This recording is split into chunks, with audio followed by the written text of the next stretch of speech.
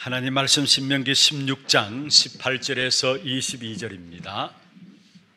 신명기 16장 18절에서 22절 말씀 교독을 하도록 하겠습니다. 내 하나님 여호와께서 네게 주시는 각 성에서 내 지파를 따라 재판장과 지도자들을 둘 것이요 그들은 공의로 백성을 재판할 것이니라. 너는 재판을 굳게 하지 말며 사람을 외모로 보지 말며 또 뇌물을 받지 말라. 뇌물은 지혜자의 눈을 어둡게 하고 의인의 말을 굳게 하느니라. 너는 마땅히 공의만을 따르라. 그리하면 네가 살겠고 내 하나님 여호와께서 네게 주시는 땅을 차지하리라. 네 하나님 여호와를 위하여 쌓은 제단 곁에 어떤 나무로든지 아세라상을 세우지 말며. 같이 봅니다. 자기를 위하여 주상을 세우지 말라. 네 하나님 여호와께서 미워하시느니라. 아멘. 찬양 대 찬양 읽겠습니다.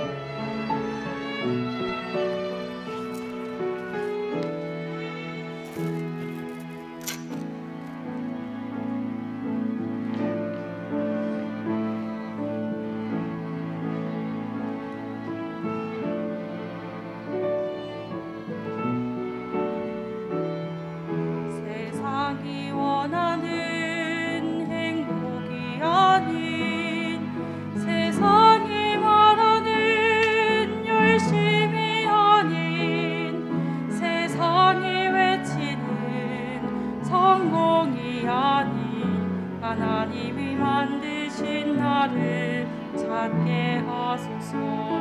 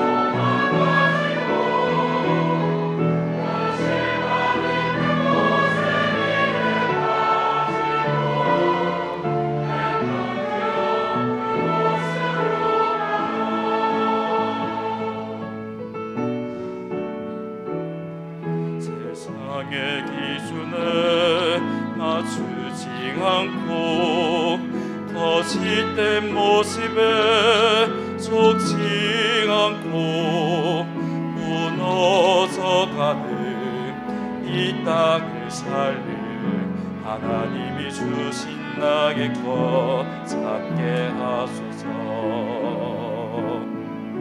우리의 미지가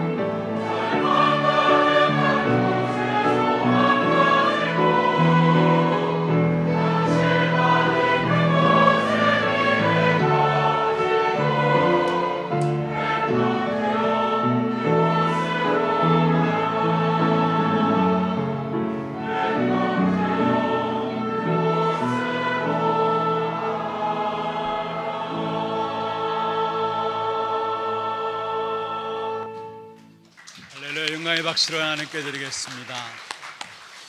축복을 선하겠습니다. 평안하십시오. 당신은 세계살이를 선교사입니다. 장자의 축복으로 237 시대 만명 성도를 회복하십시다. 어느 분이 저한테 카톡을 보내주셨어요. 내용이 뭐냐면은 왜 하나홀에서만 찬양대 하느냐. 지금 이 각 실에서 5군데에서 예배가 드려지고 있는데 찬양대를 좀 파견해가지고 각 실에서 예배도 드릴 수 있도록 그래야 예배 분위기가 살아나는 것 같다 그렇게 말씀하셨어요. 비록 이 자리에 같이 참여하고 있지는 못하시지만은 각 실에서 예배하시는 모든 분들도 이 시간에 최고의 보좌의 축복이 여러분 예배드리는 그곳에 임하는 귀한 응답이 있기를 주의 이름으로 축원합니다. 시공간을 초월한 하나님의 능력이기 때문에 정말 우리가 어느 자리에 있든지 간에 그 자리에서 그리스도를 집중해서 바라본다면은 이 자리에 뿐만 아니라 있는 그 현장에도 더 큰 하나님의 응답과 축복이 임할 줄로 믿습니다.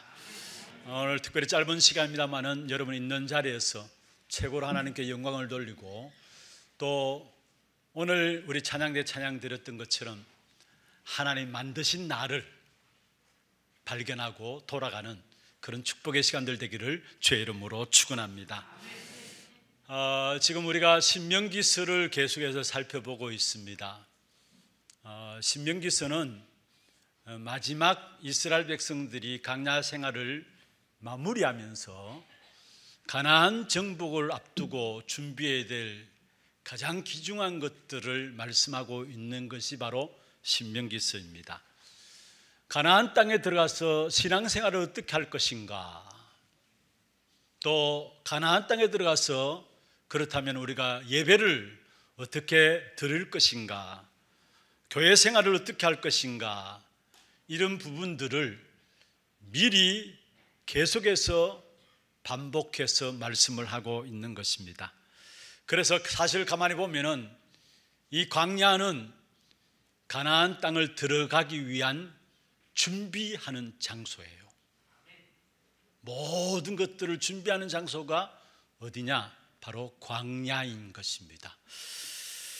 굉장히 중요한 것들을, 특별히 광야에서 절대로 놓치지 말아야 될 부분들을 이스라엘 백성들이 가나안 땅에 들어가기 전에 광야에서 하나님의 택한 백성들에게 집중해서 말씀을 하고 있는 것들입니다. 그래서 가나안 땅을 준비토록 하기 위해서 이 신명기서를 말씀하고 있는 것입니다.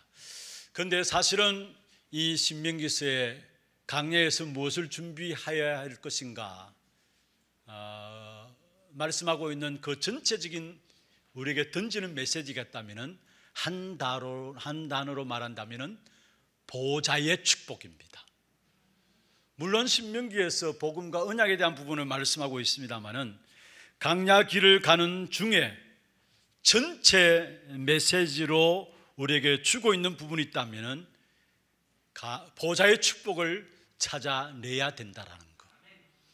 보좌의 축복을 찾아내야, 보좌의 축복을 찾아낸 사람이 가나안 땅을 들어갈 수 있는 것이고, 보좌의 축복을 찾아내야 참된 응답들이, 가나안 정복 이후에도 참된 응답들이 보좌의 축복을 찾아내야 주어진다라는 사실을 우리에게 말씀하고 있는 것입니다. 애굽에서 나온 이스라엘 백성들 40년 동안의 광야 길을 걸어가는 동안에 거의 다 죽게 되었어요. 그런데 여호수아와 갈렙은 가나안을 정복하는 주역으로 가나안 땅에 들어가게 되었습니다. 두 사람은 보좌의 축복을 본 사람이에요. 여러분, 정말로 중요한 것은 우리의 신앙생활에 가장 귀중한 응답이 있다면 보좌의 축복이 우리에게 임한 것입니다. 그러면 여기에서 어떻게 광야에서 보좌의 축복을 찾아내느냐? 아니, 광야 길 가기도 힘든데 하나님께서 이스라엘 백성들에게 거기에서 성막을 만들라 했어요. 그 성막이 무엇을 말합니까? 보좌의 축복을 말하는 겁니다. 그리고 성막 안에 들어가 있는 모든 기구들이 있습니다. 하나님을 예배하는 일에 있어서 온갖 성전 안에 가득 차 있는, 성막 안에 가득 차 있는 여러 가지 기구들이 있죠. 도구들이 있죠. 그 모든 것들은 하나하나가 의미가 없는 것이 아니라 모두가 그리스도를 예표하고 있는 겁니다. 다시 말하면 성막 안에 들어가 있는 모든 기구들도 보좌의 축복을 말씀하고 있는 것입니다. 그리고 오늘 본문의 신명기 16장에 세 가지 절기를 말하고 있는데, 광야길을 가는 동안에 이스라엘 백성들에게 이 세 가지 절기를 잊지 말라고 하면서, 또 이스라엘 백성이라면 누구든지 1년에 이 세 가지 절기는 꼭 지킬 것을 명령하셨는데, 이 세 가지 절기가 한 단어로 말하면 바로 보좌의 축복을 말씀하고 있는 것입니다. 이스라엘 백성들이 애굽에 빠져나와서 홍해를 건넜죠. 그리고 여리고를 무너뜨렸습니다. 그리고 요단을 건넜습니다. 홍해를 건너고 여리고를 무너뜨리고 요단을 건너는 거기에 하나님의 목적이 있었던 것이 아니라 그것도 보좌의 축복을 우리에게 말씀하고 있는 것입니다. 그런데 이 보좌의 축복을 이스라엘 백성들이 가장 어려울 때에 광야에서 하나님은 이스라엘 백성들에게 이 보좌의 축복을 말씀하셨다라는 사실입니다. 이 보좌의 축복이 우리에게도 보여져야 돼요. 특별히 우리 신앙생활에 많은 사람들이 그렇게 이야기하잖아요. 우리의 인생을 광야 길을 걸어간다라고 말씀하고 있습니다. 인생의 여정, 평생의 여정이 될 수 있고, 그 여정을 걸어가는 길에 광야 같은 그런 길을 걸어가고 있습니다. 분명한 것은 우리에게 주신 보좌의 축복이 누려진다면은 지난날 많은 문제로 보였던 것들이 하나님께서 이 축복을 우리에게 주시기 위한 것이었구나 깨닫게 될 것입니다.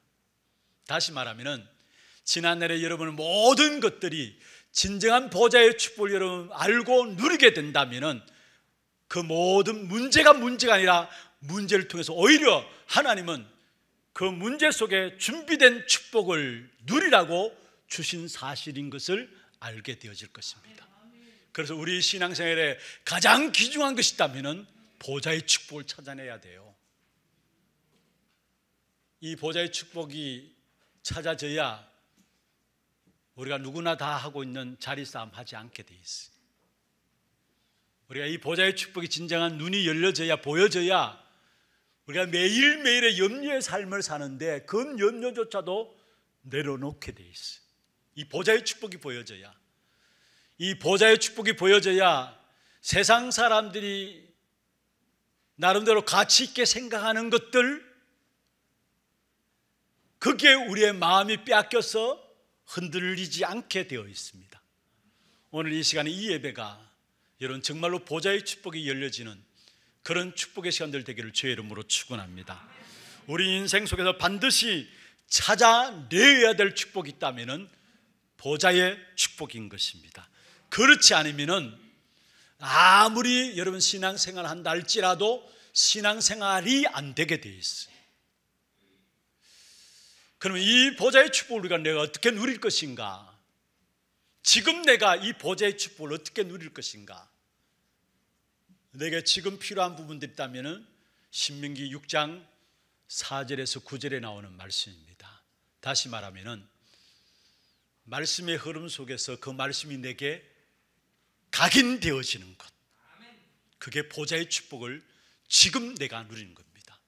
신명기 6장 4절에 9절에 이스라엘 백성들에게 이스라엘아 들으라 말씀하시면서 하나님께서 이스라엘 백성의 중요한 부분들을 말씀하시는데 그 말씀의 핵심이 뭡니까? 이 말씀을 각인하라 했어요. 지금 내게 보좌의 축복이 누려지는 가장 귀중한 비밀이 있다면 이 말씀의 흐름 속에서 이 말씀이 내 안에 각인되어지는 것, 그게 보좌의 축복을 누리는 방법입니다. 그래서 여러분 매주마다 훈련되어지는 말씀들이 있잖아요. 그 말씀을 놓치지 말고요. 그리고 그 매주마다 진행되어지는 훈련들 속에서 토요일 되면은 우리는 핵심이나 산업성경이나 전도와 이 모든 메시지를 통해서 주중에 전달되어진 메시지가 다시 정리되어집니다. 그리고 주일 되면은 강단을 통해서 그 메시지를 가장 확실하게 우리가 정리된 메시지를 붙잡을 수 있도록 또 말씀을 주십니다. 이 말씀의 흐름을 놓치지 말기를 바랍니다.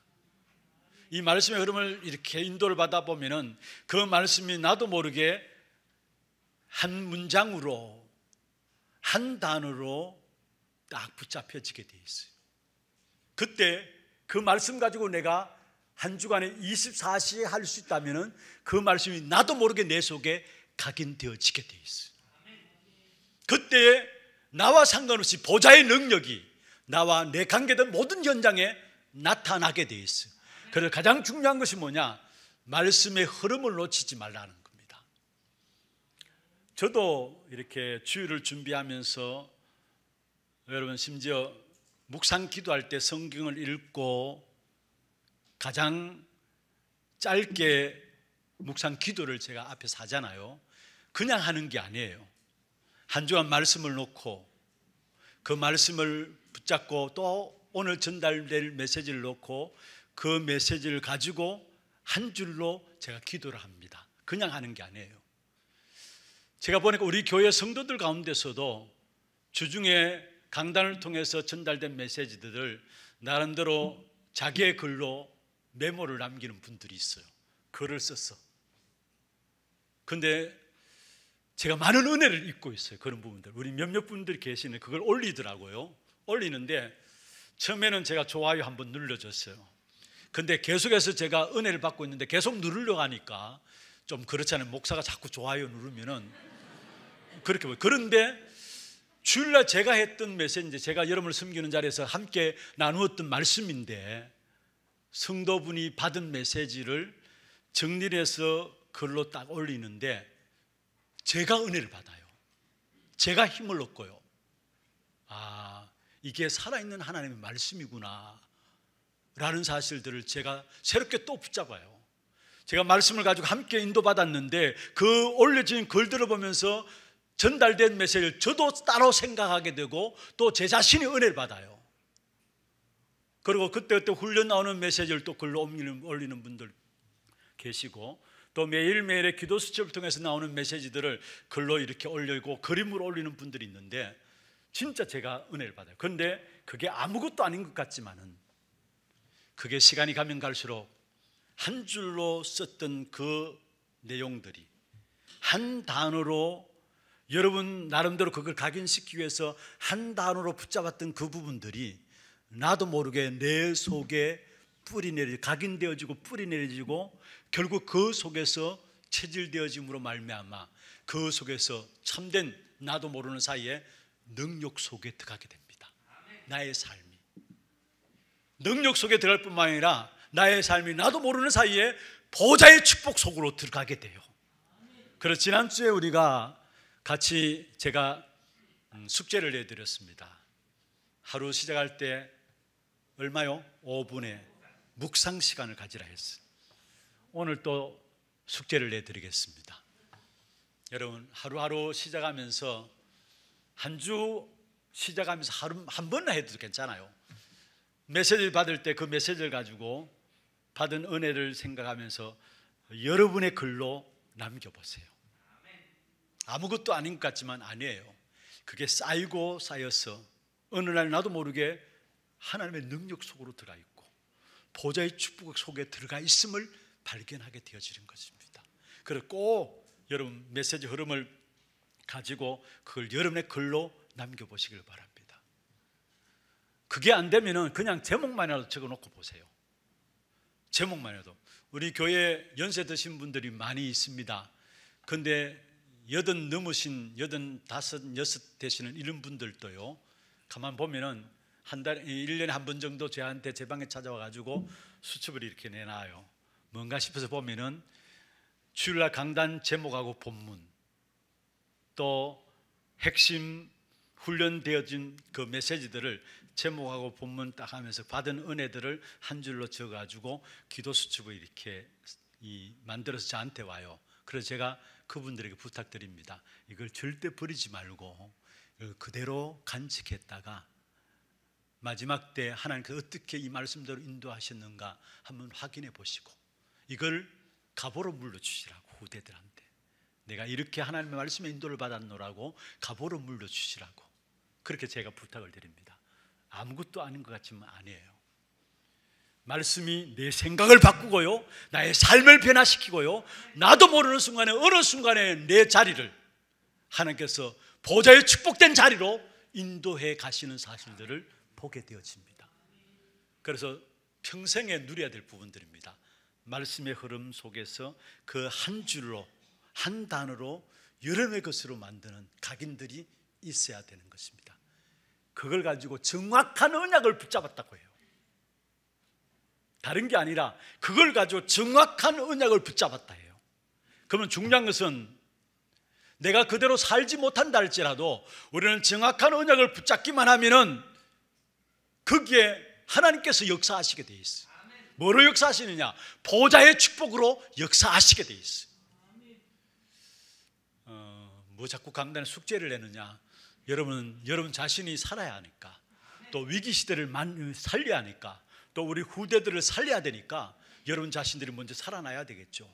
그래서 정말로 여러분 정확한 언약을 시간마다 붙잡는, 그래서 여러분의 삶이 보좌의 축복이 나타나는 삶이 되기를 주의 이름으로 축원합니다. 그럼 오늘 제목은 세상을 넉넉히 이길 힘 가진 자의 삶이 무엇인가? 세상을 이길 힘 가진 자의 삶이 무엇인가? 한마디로 말하면은 세상을 이길 힘은 보좌의 축복밖에 없어요. 그럼 이 보좌의 축복은 우리에게 무엇을 말하느냐? 여러분 구원의 축복이 보좌의 축복을 말하고 있어요. 여러분 받은 구원이 보좌의 축복이에요. 보좌에서 하나님의 생명을 주관하시는데 여러분을 하나님의 시간표에 따라 불러주시고 여러분을 그리스도로 말로 구원받게 하셨어요. 내가 구원받았다, 내게 보좌의 축복이 임한 겁니다. 그래서 여러분이 매일 누려야 될 축복이 있다면 보좌의 축복이요 구원의 축복입니다. 세상 끝날까지 매일 누려야 될 축복이 있다면 구원의 축복이요, 이 구원의 축복은 보좌의 축복을 말씀하고 있는 것입니다. 그러면은 여러분 이 매일 누려야 될 구원의 축복에 대한 부분을 한번 살펴보겠습니다. 이스라엘 백성들이 애굽에서 빠져나올 때에 급하게 빠져나왔어요. 아무것도 준비하지 못하고. 사실 이스라엘 백성들뿐만 아니라 발효된 누룩이 들어가 있는 그런 빵을 가지고 먹고 살았거든요. 그런데 이스라엘 백성들이 워낙 급하게 애굽에서 나오다 보니까 오늘 3절에도 시급하게 나왔다 이야기하고 있는데, 급하게 나오다 보니까 음식 챙기지도 못했고요. 그러니까 누룩 없는 빵, 그게 무교병입니다. 그걸 가지고 나온 거예요. 그런데 하나님께서 이 무교병을 통해서 무엇을 말씀하고 계셨느냐? 이스라엘 백성들에게 너희들은 세상 사람들과 구별된 거룩한 삶을 살라고 이것을 통해서 말씀하고 있는 것입니다. 세상 사람들이 살아가는 그 삶을 따라 살아가지 말고 구별된 삶을 살라는 말씀을 이 무교병을 통해서 한 말씀입니다. 여러분, 누룩이 들어가 있지 않는 떡, 그게 무교병이거든요. 그거는 이스라엘 백성들이 유월절을 지나서 무교절에 이스라엘 백성들이 고난의 떡이라 해서 먹은 겁니다. 유월절에 애굽에서 빠져나오게 되었죠. 그리고 홍해를 건너는 동안에 이스라엘 백성은 고생했습니다. 그때 먹은 떡이 무교병입니다. 고난의 떡이라고 하는데, 그런데 거기 보면은 결국은 우리에게 무엇을 던지느냐? 세상 사람들이 살아가는 삶의 방법 그대로 살아가지 말고 너희들은 거룩한 백성이기 때문에 거룩한 삶을 살라라고 그것을 통해서 말씀하고 있는 거예요. 그러면서 유월절 즐기는 하루입니다. 그런데 이스라엘 백성들에게 왜 무교절을 지키라 했느냐? 유월절을 통과한 이스라엘 백성들에게 일주일의 삶을 무교절로 지키라 했는데 왜 무교절 일주일 지키라 했느냐? 구원받은 하나님의 자녀들이 그 구원의 축복들을 계속해서 누리며 살라는 겁니다. 그래서 일주일 동안에 무교절을 지키면서 구원받은 유월절의 축복에 대한 부분들을 7배로 누리는 구원의 축복의 역사들, 구원의 감사를 누리며 살라고 하는 것입니다. 많은 성도들이 구원은 받았지만은 그 사실에 대한 감사와 감격을 잃어버리고 살아가는 사람이 많이 있습니다. 그렇지 않나요? 그런데 하나님은 구원받은 저와 여러분에게 구원받음으로 끝난 것이 아니라 우리의 삶을 하나님께 인도하시는데 그 축복된 삶을 날마다 매일매일의 감사와 감격과 축복을 가지고 살아가라는 겁니다. 그게 유월절 이후에 무교절을 통해서 이스라엘 백성들에게 구원의 그 풍성한 비밀을 누리며 살라고 말씀하신 것입니다. 그래서 왜 우리가 주일에 올인해야 되느냐? 왜 주일에 올인해야 되느냐? 일주일 동안에 이 구원의 축복의 은혜의 역사들을 우리의 삶의 현장에서 7일 동안에 그것을 누리고 확인하고 또 승리토록 하기 위해서 우리는 주일날 올인하는 겁니다. 그래서 오늘 여러분 하루에 예배드리는 모든 시간들 또 각 모임들 있지 않습니까? 이 모든 모임들을 통해 딴 것 하지 마세요. 정말로 하나님께서 우리를 구원하신 그 구원에 대한 축복, 그 구원에 대한 감사, 그 사실 속에 풍성히 들어감으로 말미암아 한 주간의 여러분 삶의 현장에서 그 구원의 은혜, 그 구원의 감사가 계속 이어질 수 있도록 그러한 삶을 살기를 주의 이름으로 축원합니다. 이 구원의 역사는 완전하고 엄청난 것이 바로 구원인 것입니다. 하나님께서 매일 누리라고 주신 것이 바로 구원이에요. 매일 누리라고 주신 것이 바로 구원의 역사라는 사실. 왜냐하면 우리가 이 세상에서 우리가 가진 것 중에 유일하고 완전한 것은 구원밖에 없습니다. 왜 유일하고 완전하냐? 그 내용을 살펴보면 엄청난 겁니다. 여러분, 구원의 내용이 무엇입니까? 우리 사람들은 열심히 나름대로 살아가는데, 최선을 다하며 살아가는데 한 가지 모르고 살아가는 것이 있습니다. 이 세상 살아가는 삶의 배경에 흑암이 역사하고 있다는 사실을 모르고 살아가요. 흑암이 이끌고 가고 있다는 사실을 모르고 살아가요. 예수 믿는 사람들조차도 살아가는 삶의 배경, 내가 열심히 살면 되지, 내가 바르게 살면 되지, 그래서 고생해요. 분명히 여러분, 인정하든 인정하지 않든 우리의 배후에는 악한 사단이, 흑암의 역사들이 지금 또 우리의 인생을 끌고 가고 있어요. 그 사실을 알 수 있어야 합니다. 그래서 요한복음 8장 44절에 보면은 이것이 모든 불신자들에게 압이라 했습니다. 그리고 이 사단이 뭐냐? 거짓말장이요 거짓의 압이라 했습니다. 거짓말로서 지금도 우리를 속이는데, 그래서 많은 사람이 그게 속인 수에 속아가지고 악한 사단이 우리 인생을 공격하고 있는 사실들을 모르고 살아간다니까요. 그런데 실제로 그 영향 속에 있으면서도 모르고 살아가요. 그리스도께서 왜 이 땅에 오셨느냐? 이 모르고 살아가는 모든 인생의 배후에 있는 악한 사단의 머리를 깨뜨리기 위해서 그리스도께서 이 땅에 오신 것입니다. 그래서 요한일서 3장 8절에 하나님의 아들이 나타나신 것은 마귀의 일을 멸하기 위함이라 말씀했습니다. 그리고 사람들이 또 이 땅에 일어나는 고통에 대한 이유를 모릅니다. 왜 저주와 재앙이 계속 때려지는지 그 이유를 몰라요. 내가 잘못해서 되는 줄 알아요. 내가 잘못 살기 때문에 저주와 재앙이 임한 줄 알아요. 그게 아니에요. 여러분, 이삭이 모리아산에서 번제물로 드렸습니다. 아브라함이 이삭을, 자기 아들 이삭을 번제물로 드렸잖아요. 그런데 사실 왜 죽어야 되는지 이유가 없었어요. 그게 왜 죽어야 되는지 이유를 말하지 않고 있어요. 그런데 하나님께서 이삭 대신 수양을 준비하셨죠. 지금 어떤 면에서 모든 사람들이 왜 고통이 많으냐, 왜 이 땅에 가면 갈수록 파라다이스가 임하는 것이 아니라, 이 땅에 임하는 것이 아니라 왜 저주와 재앙이 계속 임하느냐, 왜 저주와 재앙이 임하느냐, 딴 게 아닙니다. 원죄로 말미암아 이 땅에 저주와 재앙이 계속 임하고 있는 것입니다. 그것은 우리가 열심히 살아도 그 원죄 문제는 해결할 수가 없어요. 여러분, 도덕적으로 바르게 산다 할지라도 그 원죄 해결할 수가 없어요. 그런데 실제적으로 이 땅에 임하는 고통은 원죄 때문이에요.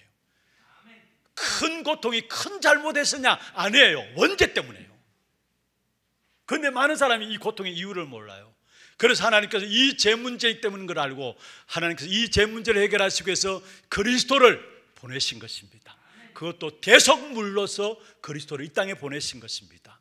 그래서 마가복음 10장 45절에 많은 사람의 대속물로 주기 위함이라 말씀하셨습니다.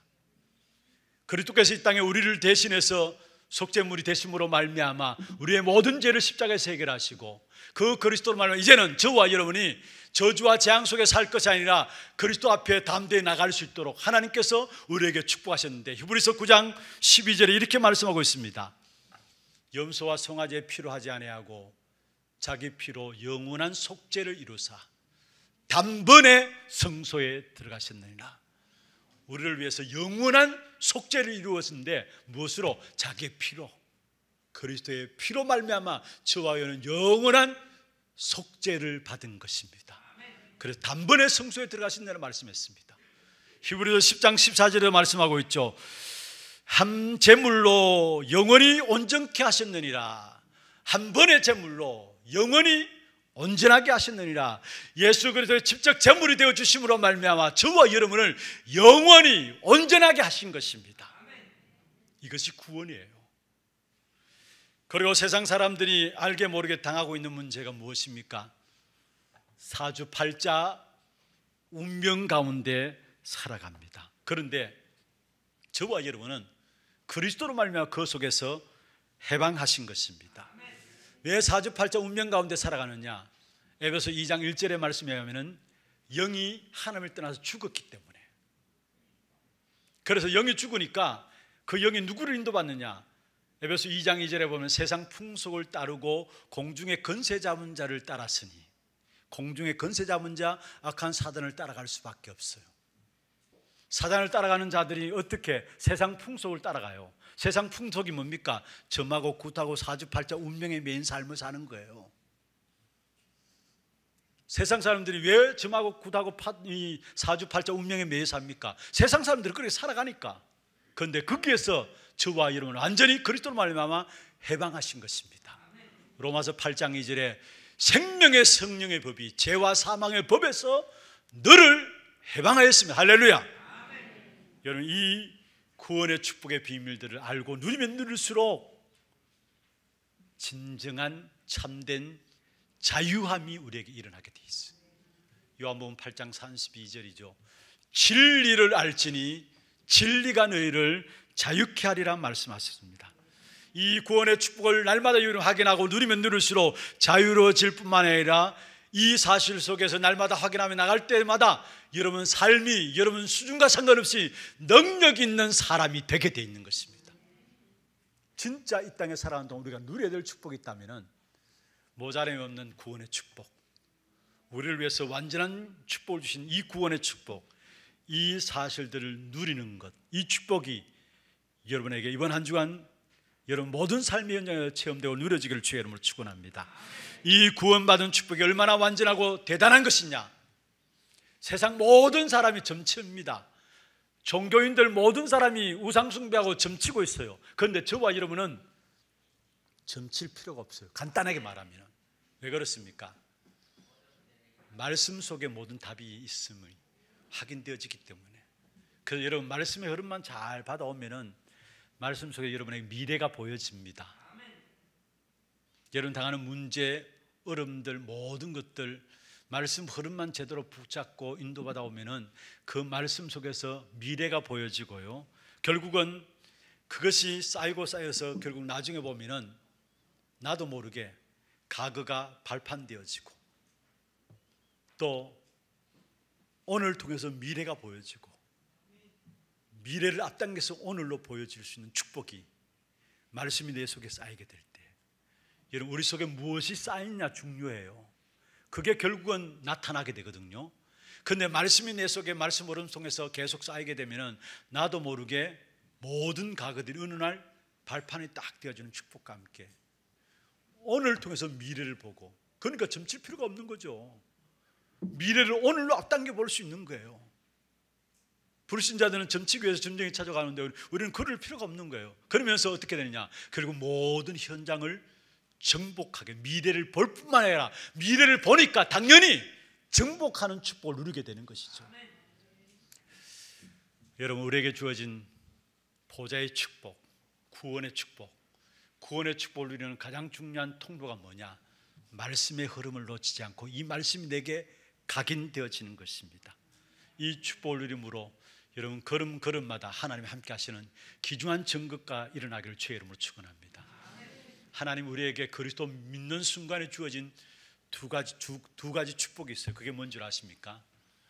여러분은 절대 멸망당할 수 없는 우리의 근본을 바꾸신 축복이 있는데 그게 바로 하나님의 자녀된 신분입니다.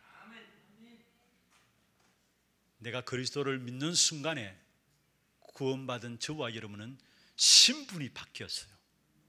세상이 어찌할 수 없는 신분으로 하나님의 자녀된 신분이 우리에게 주어졌어요. 망할래야 망할 수 없는 신분이 우리에게 주어졌어요. 신분이 바뀌어진다는 말은 하나님께서 우리에게 권한을 바꾸셨다는 말이에요. 그리고 권한을 바꾸신 것이 끝난 것이 아니라 오히려 이 세상에 살아가는 동안에 모든 세상을 살릴 수 있는 권세를 주신 겁니다. 세상을 살리라고, 사람들을 살리라고, 현장을 살리라고 우리에게 권세를 주신 것입니다. 우리에게 주신 신분 보좌의 축복이에요. 우리에게 주신 권세 보좌의 축복이에요. 이 축복을 누리면 누릴수록 정말 우리의 모든 삶의 현장에서 하나님 함께 하시는 실제적인 역사들과 함께 말씀이 성취되어지는, 말씀 자체가 힘있게 우리에게 와질 뿐만 아니라 그 말씀이 성취되어지는 귀중한 사실을 보게 될 것입니다. 그때 오는 축복이 뭔 줄 아십니까? 내가 지난날 실제적으로 두려워했는데 그게 기도가 딱 되어져요. 그리고 지난날 나도 모르게 내 안에 매일매일 한숨 속에 살아갔는데 한숨이 변하여 노래가 되어지는, 늘 뭔가 모르게 가지고 있으면서도 궁핍함을 느꼈는데 하나님이 채워주시는 사실들을 체험하게 되는 겁니다. 이게 구원받은 성도의 삶입니다. 오늘 찬송가 37장 불렀잖아요. 여러분, 지난날의 모든 염려들, 한숨들이 변하여 노래가 되는 축복. 내가 모자라고 부족한 삶을 살고 늘 궁핍함을 느꼈는데, 여러분 가지고 있으면서도 모든 사람들이 궁핍함을 느끼잖아요. 그런데 나도 모르게 어느 날 보니까 그 궁핍함을 채워주시는 하나님의 역사들이 내 삶이 되어지는 부분들, 이 사실이 되어지면 그 속에서 나오는 것이 뭐냐?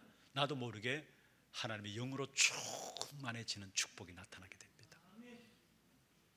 그래서 여러분, 구원의 축복을 누리는 가운데서 문제를 당하는 것 같고, 구원의 축복을 누리고 있는 가운데 문제를 당하는 것과 그렇지 않고 문제를 당하는 천지차이입니다.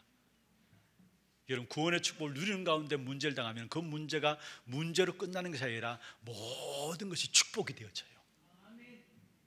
하나님의 영에 인도받는 가운데서 이런저런 어려움들이 있을 수 있습니다. 그러나 그 어려움과 문제들이 우리를 망하게 하는 것이 아니라 오히려 하나님은 그것을 통해서 축복의 문들을 더 열어가시는 사실들을 성경을 통해서 우리에게 보여주고 있어요. 여러분, 예수 믿는데 왜 어려움이 있느냐? 왜 어려움이 있느냐? 그렇게 말하는 사람이 있는데, 여러분, 어려움이 없다면, 문제 없다면 하나님 응답도 없다고 생각하면 돼요. 그런데 그 어려움과 문제들을 성령의 충만한 가운데 받느냐, 구원의 축복의 역사를 누리는 가운데 당하느냐, 그렇지 못한 가운데 당하느냐, 다르다는 사실이에요. 여러분, 우리는요 거의 세 가지의 영향을 받습니다. 먼저 첫 번째로 자기 자신에게 영향을 받아요. 무슨 말이냐?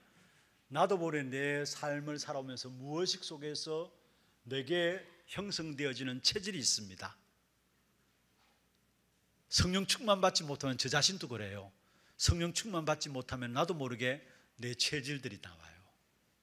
세상 습관들, 무의식 속에 내 안에 들어갔던 것들, 그게 나와요. 대부분의 자신에 갖고 있는 문제죠. 두 번째, 현장의 문제입니다. 현장의 문제는 사단의 12가지 문제, 이건 절대 멸망의 문제입니다.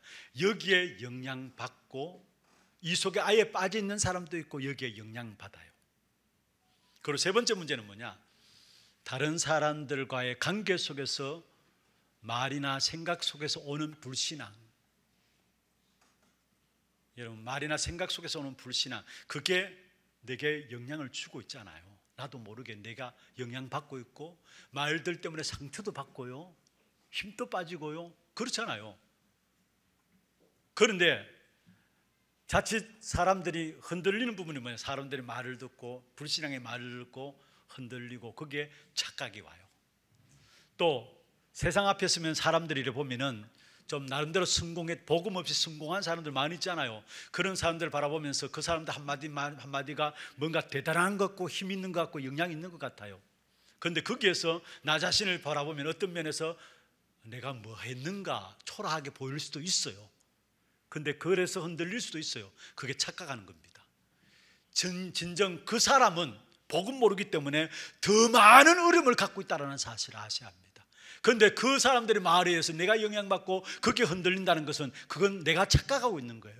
그런데 자신의 체질과 세상적인 체질과 현장에 일어난 사단의 12가지 문제로 말하면 절대 멸망의 문제, 그게 사람들 주위에 일어나는 인간관계를 통해서 많은 부분에 영향받을 수밖에 없는 문제들을 뛰어넘을 수 있는 것이 뭐냐? 성령의 충만함을 입는 것입니다. 초대교회 보십시오. 성령의 충만함의 역사를 입는 가운데 있으니까 그들은 문제가 안 생긴 게 아닙니다. 어려움이 안 생긴 게 아닙니다. 문제와 어려움들은 여전히 더 핍박으로 다가왔지만은 그렇다고 해서 이 복음의 역사가 막혔느냐? 아니에요. 사도행전 3장에 보면은 베드로가 나면서 안전병이 된 자를 일으켰습니다. 그런데 언제 일으켰느냐? 제9시 기도 시간에. 중요한 말입니다. 다시 말하면은 복음 누리고 있는 그 시간에 나면서 안전병이 된 자, 운명에 빠진 자들을 봤어요. 그게 이 베드로에게 하나님께서 성령을 주시니까, 성령의 충만함이 하니까 그 베드로가 나면서 못 걷게 된 자를 향해서 선포했습니다.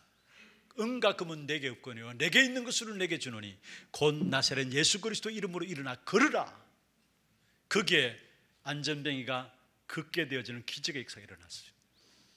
사실 기적의 역사가 일어난 것이 문제가 아니라 베드로가 그리스도 이름을 선포했다는 그 자체가 기적입니다. 그런데 그렇게 할 수밖에 없는 것이 뭐냐?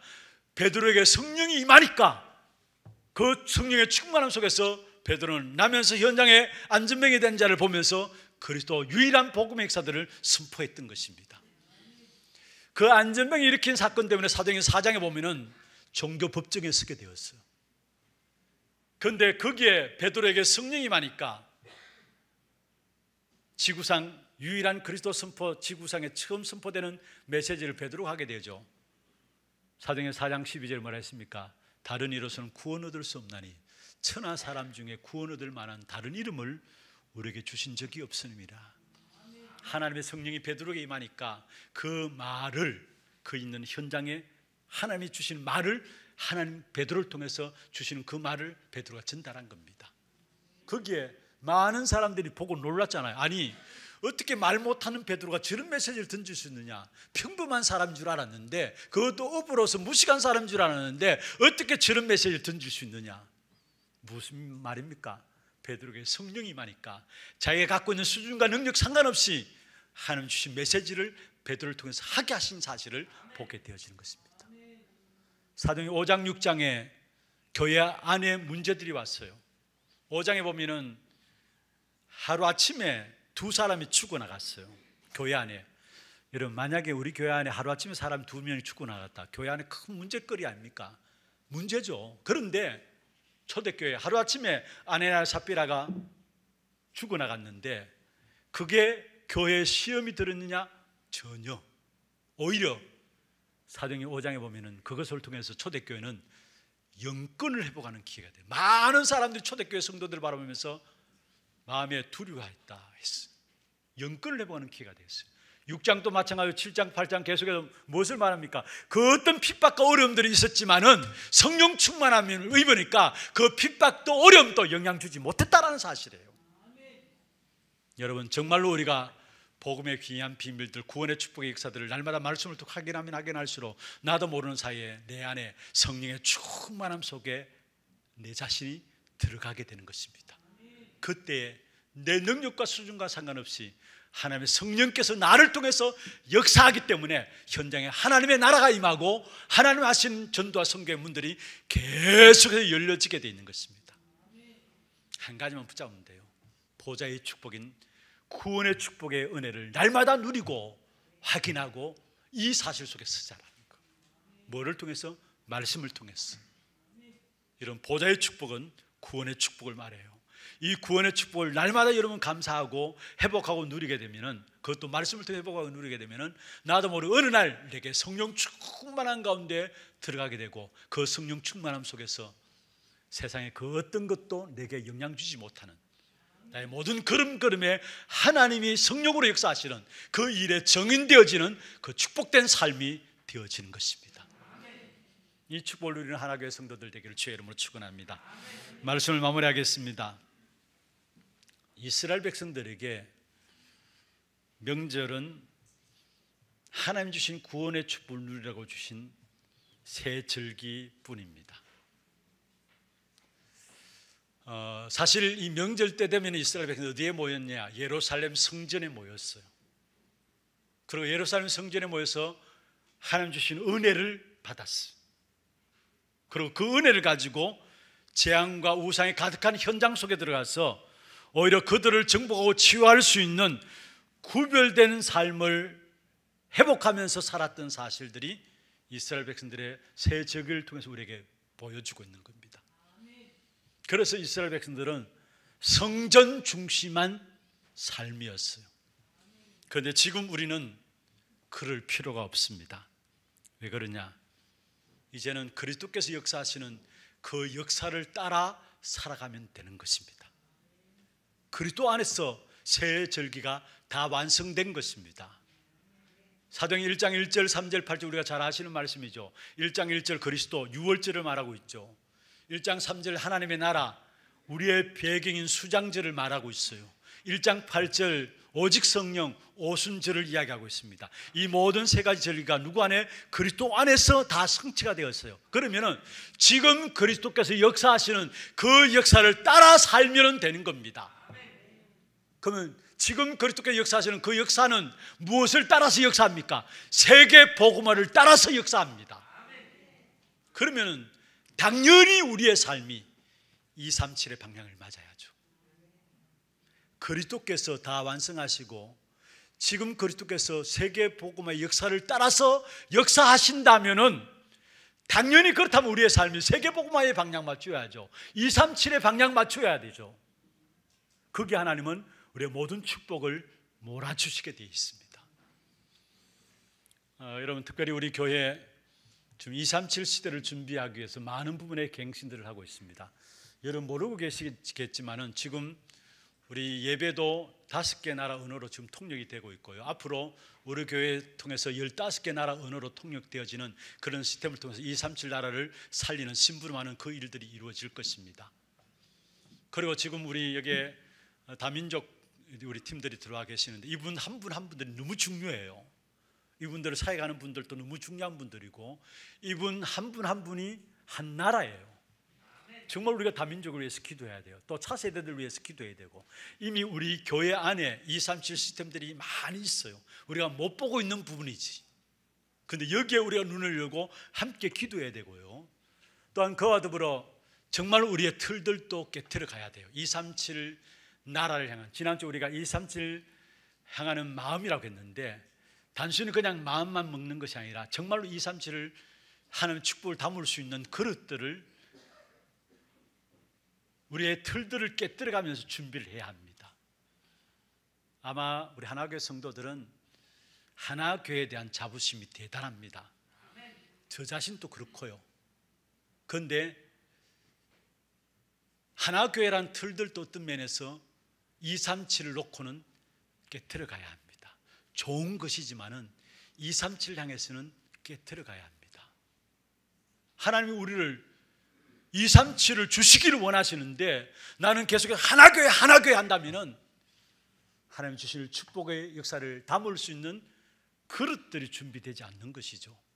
하나님 우리 교회를 통해서 그리스도께서 세계 복음을 따라서 역사하시듯이 237을 준비해 놓고 우리에게 역사하기를 기뻐하십니다. 그렇다면 우리의 그릇들을 준비해 가야 합니다. 특별히 기도해 주실 것은요, 본교회 장로의 수련회가 매년 있어 왔어요. 우리 장로님들이 전체 교회 방향을 놓고 함께 기도하는 시간들 가지고 그것도 외부에 저 팔공산 이런 데 호텔에 가서 식사하면서 같이 메시지 나누는 시간들도 있었고, 아니면 또 교회 안에서도 나누는 시간들이 있었고요. 그런데 작년에도 그렇고 코로나 때문에 사실 자체 장로의 수련을 가지지 못했어요. 그런 가운데 제가 원래 들어오면서 우리 장로님들 장로의 수련을 어떻든 가지면서 정말로 237을 향한 축복을 우리 장로님들이 먼저 받을 수 있도록 준비해야 될 것인데 라는 기도 가운데서 어떻게 인도받을 것인가 라는 것들을 생각하다가, 지금 우리 전체 같이 가는 다락방 운동 속에서 어떤 면에서 시스템적으로 가장 앞서가고 있는 교회가 예원교회입니다. 그런데 거기에 대한 시스템들을 전체 우리 장로님들 한번 좀 보고 왔으면 좋겠다는 마음이 들었어요. 같이 우리끼리 메시지 나누고 그런 것도 중요하지만은, 이제는 정말로 만명 성도를 향해서 나가기 위해서는, 237 시대 만명 성도를 향해서 나가기 위해서는 지금 만명 성도의 응답을 받고 있는 예원교회 가서 우리가 전체 어떻게 시스템들이 진행되고 있는가라는 것들을 우리가 한번 장로님들 중심으로 해서 한번 보고 돌아왔으면 좋겠다라는 마음을 가지고 보고를 들으면서 우리는 그냥 가서 한번 보고 오려고 했는데 이게 아닌 거구나. 하나님께서 우리 교회를 237을 향해서 그릇을 준비하라고 기존한 교회를 통해서 또한 보게 하시는구나. 그래서 제가 오늘 아침에 교육자들한테 이야기했습니다. 우리 사실 교육자들도 토요일 날 바쁜 시간들인데 특별한 경우 없으면 참석할 사람하고 참석 못할 사람은 못하라고 그렇게 이야기했는데, 모든 교육자들이 다 가서 교육부서 교육국에 대한 인턴십을 반드시 받으라 했어요. 우리 장로님들에게 부탁합니다. 물론 그 시간들, 환경들, 여러분 시간들 내는 것이 좀 불편함이 있을 것입니다만은, 그러나 우리 장로님들도 다 참석해 주십시오. 그래서 정말로 우리가 말만 237이 아니라 지금 어떤 앞서서 237의 응답을 받아가고 있는 귀한 교회를 통해서 우리 교회 틀들을 좀 벗어버릴 거 벗어버리고 237을 향한 시스템들을 우리가 갖춰 나가야 될 것이 아닌가. 여러분 특별히 대구라는 보수, 또 우리 하나교회, 여러분 그런 이야기 있잖아요. 하나교회에 와서 적응하기 위해서 3년 살아남으면 그때 적응한다고 해요. 여러분 아무도 모르고 있잖아요. 그런데 그게 우리의 틀이에요. 여러분 이 새 가족들이 와가지고 좀처럼 적응하기가 어려운 것이 하나교회예요. 하나교회 색깔이에요. 이제는 정말 237을 향해서 나간다면 그 부분들 깨트려져야 돼요. 그래서 우리 교회라는 틀을 넘어서 하나님은 그리스도께서 세계복음화를 중심으로 역사에 나가신다면, 그러면 우리 교회가 그 세계복음을 중심으로 해서 237을 중심해서 하나님이 원하시는 그 역사에 인도받을 수 있도록 틀들을 준비해야 될 것입니다. 이래 여러분 특별히 성도들 기도해 주시고, 우리 장로님들 다 참석해 주시고, 우리 미디어국도 참여할 것이고, 우리 교육자들도 참여할 것입니다. 아마 제가 생각하기에는 중요한 응답들을 새롭게 발견하는 그런 시간 될 것입니다. 장자의 축복으로 237 시대 만명 성도, 그를 위한 그릇들이 준비되어지는 그런 축복의 시간들 되기를 주의 이름으로 축원합니다. 하나님 감사합니다. 강야길을 가는 동안에 이스라엘 백성들에게 보좌의 축복을 가장 어려울 때에 약속하셨던 것처럼 우리의 인생길에 있어서 가장 어렵고 바닥치는 인생이라 할지라도 하나님은 우리에게 보좌의 축복을 주시기를 원한다는 사실을 알게 하여 주시고, 말씀의 흐름을 놓치지 않고 말씀 속에서 날마다 구원의 은혜에 대한 감사와 감격을 찾아 누려가는 우리 하나님의 모든 성도들에게 역사하여 주시옵소서. 특별히 지금 그리스도께서 어떻게 역사하고 계시는가, 그게 우리의 삶의 모든 방향을 맞추기를 원하오니, 특별히 237 시대를 놓고 역사하시는 그 하나님의 인도를 따라가는 우리 하나교회 성도들에게 인도하여 주시옵소서. 살아계신 우리 구주 예수 그리스도의 이름으로 감사하며 기도드리옵나이다. 아멘. 지금은 우리 인생의 모든 문제를 해결하신 예수 그리스도의 은혜와 하나님 아버지의 말로 닿을 수 없는 사랑하심과 성령님의 내주인도 역사 충만하심이 세상을 넉넉히 이길 힘 가진 자로 이 한 시대 재앙에 빠진 현장들을 보좌의 축복으로 살리기를 원하는 사랑하는 주의 백성들 머리 위에와 이들의 가정과 산업과 자녀 손들 위에 모든 선교지와 지교회 위에, 온라인으로 예배드리는 현장과 몸된 교회 위에 지금부터 영원토록 항상 함께 있을지어다. 아멘.